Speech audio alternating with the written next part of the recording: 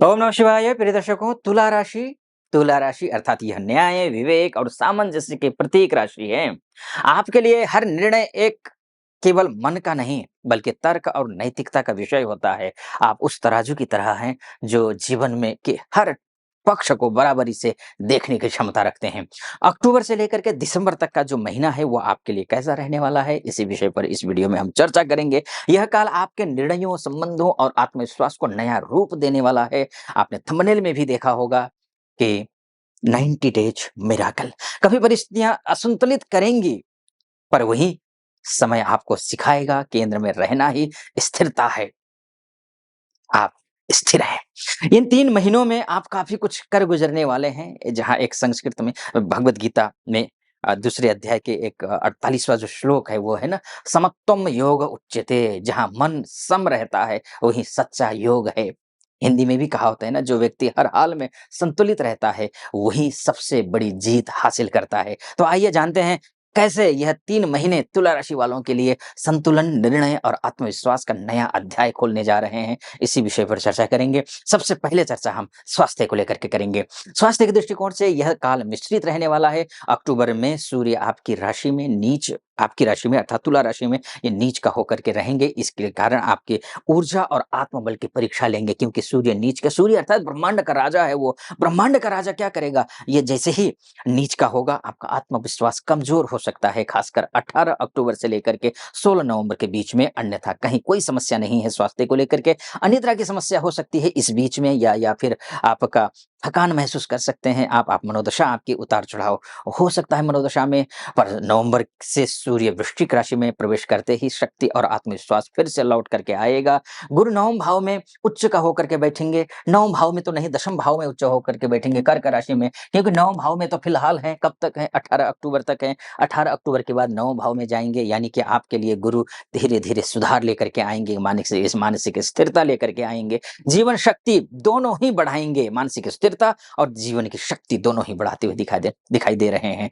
शास्त्र कहता है आरोग्यम सर्वसंपदाम मूलम, चरक संहिता कहती है।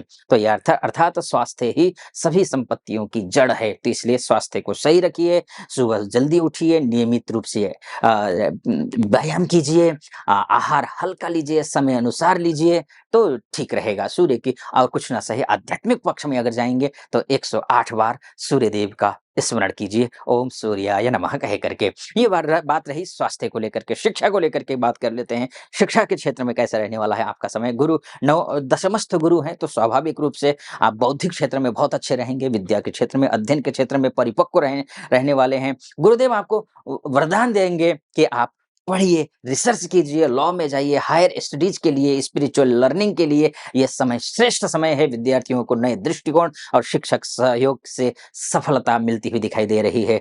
ये समय बहुत सकारात्मक है। आपको बृहस्पति अगर कहीं कोई कमी नज़र आ रही हो शिक्षा को लेकर के, तो आपको ओम ब्रीम बृहस्पतये नमः इस मंत्र का जाप करना चाहिए। 108 बार कर लीजिए, ठीक रहेगा। रोज़ 15 मिनट आप ध्यान कीजिए, प्राणायाम कीजिए, शुभ रहेगा आपके लिए। आगे चलते हैं, परिवार की बात कर लेते हैं, वो मान-सम्मान की बात कर लें। पारिवारिक दृष्टिकोण से आपके लिए समय कैसा रहने वाला है? परिवार में यह समय स्नेह, यानी कि ये 3 महीने स्नेह का है और सहयोग का रहने वाला है।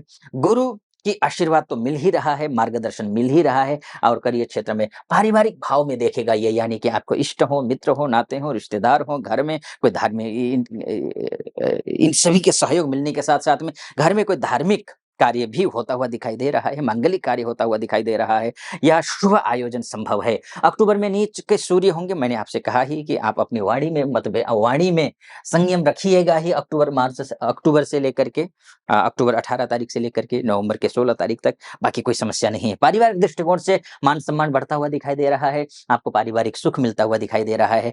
रिश्तेदार हों या फिर पड़ोसी हों या फिर कार्यक्षेत्र में हो, सफलता मिलती हुई दिखाई दे रही है। अब बात विवाह की कर लेते हैं, प्रेम संबंध की कर लेते हैं। मंगल द्वादशस्थ भाव में है। द्वादशस्थ मंगल तो मैं नहीं बोलूँगा, लेकिन हाँ, मंगल अपने घर में चले जाएँगे। कहाँ जाएँगे? सेकंड हाउस में जाएँगे, द्वितीयस्थ हो जाएँगे। द्वितीयस्थ मंगल क्या होंगे? 27 अक्टूबर से होंगे। तो ये शानदार समय है द्वितीयस्थ मंगल होने का मतलब ये है कि द्वितीयस्थ मंगल आपको धन संपत्ति के मामले में बहुत शानदार रहेंगे। यानी कि आपके अप्रोच बिज़नेस को लेकर के हो, दाम्पत्य जीवन को लेकर के हो, पार्टनरशिप को लेकर के हो, आपके वाणी को लेकर के हो, आपके पैतृक संपत्ति को लेकर के, आपके संस्कार को लेकर के हो, आपके हर एक क्षेत्र पे, इन क्षेत्रों में खासकर मैं बोलूँगा। और आप अगर व्यवसायी हैं, तो उसमें आप सबसे ज़्यादा अधिक लाभ प्राप्त करेंगे। अगर आप भूमि से संबंधित काम करते हैं, कंस्ट्रक्शन का काम करते हैं या रियल एस्टेट का काम करते हैं, आप इम्पोर्ट एक्सपोर्ट का कार्य करते हैं, कुछ भी विदेश में या फिर स्वदेश में ही एक प्रदेश से उस दूसरे प्रदेश में बिज़नेस कर रहे हैं, उसमें उसके बाद जाकर के गाड़ियों का काम करते हैं, ट्रांसपोर्ट का कार्य अर्थात आप होटल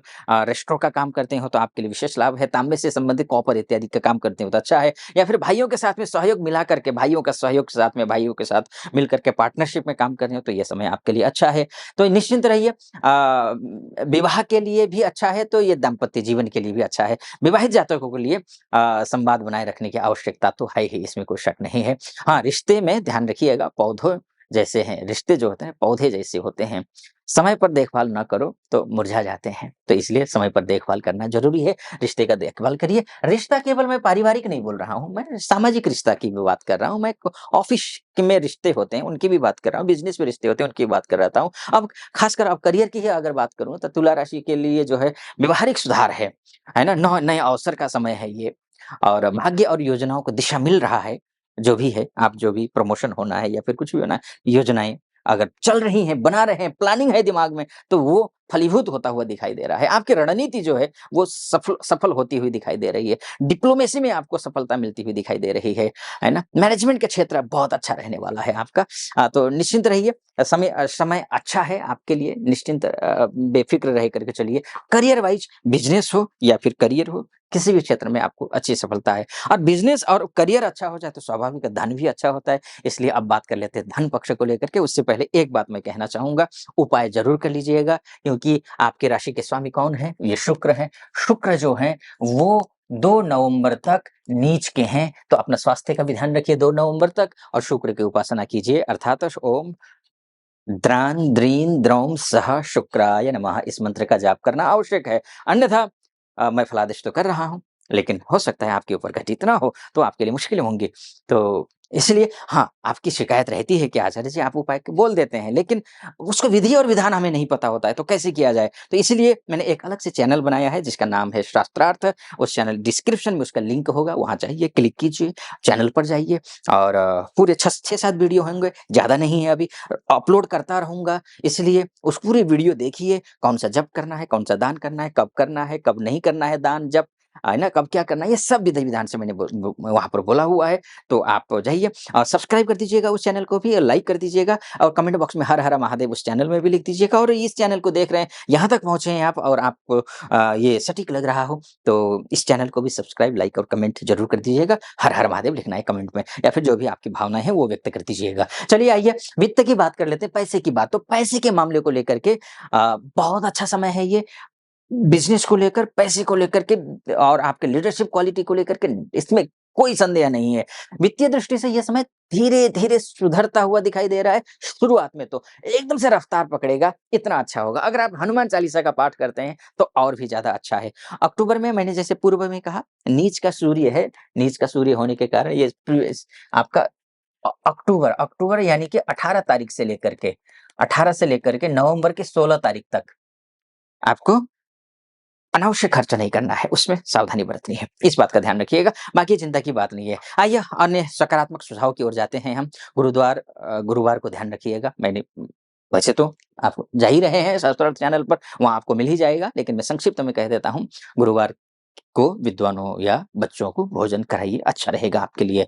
ओम श्रीं नमः, इस मंत्र का भी जाप आप कर सकते हैं। अच्छा, विदेश में रहने वाले हमारी बहुत सारी माताएँ हैं, भाई-बहनें हैं, एमएनसी में काम करने वाले हैं, उनके लिए भी ये सब समय है विदेश यात्रा का हो, आप भी करना चाहते हो, अंतर्राष्ट्रीय कार्य हो, स्पिरिचुअल जर्नी हो, इनके योग अच्छे बन दिखाई दे रहे हैं। जो जातक विदेश में कार्यरत हैं, उन्हें सम्मान और उन्नति मिलती हुई दिखाई दे रही है। उनके नए कॉन्टैक्ट्स या फिर फॉरेन प्रोजेक्ट्स लाभ देंगे, ये भी आप समझ लीजिए। अगर आप विदेश में रहते हैं, ओम हनुमते नमः, इस मंत्र का जाप करिए, शुभ रहेगा। घर, भूमि और वाहन की बात कर लेते हैं, मंगल के माध्यम से बहुत अच्छा है।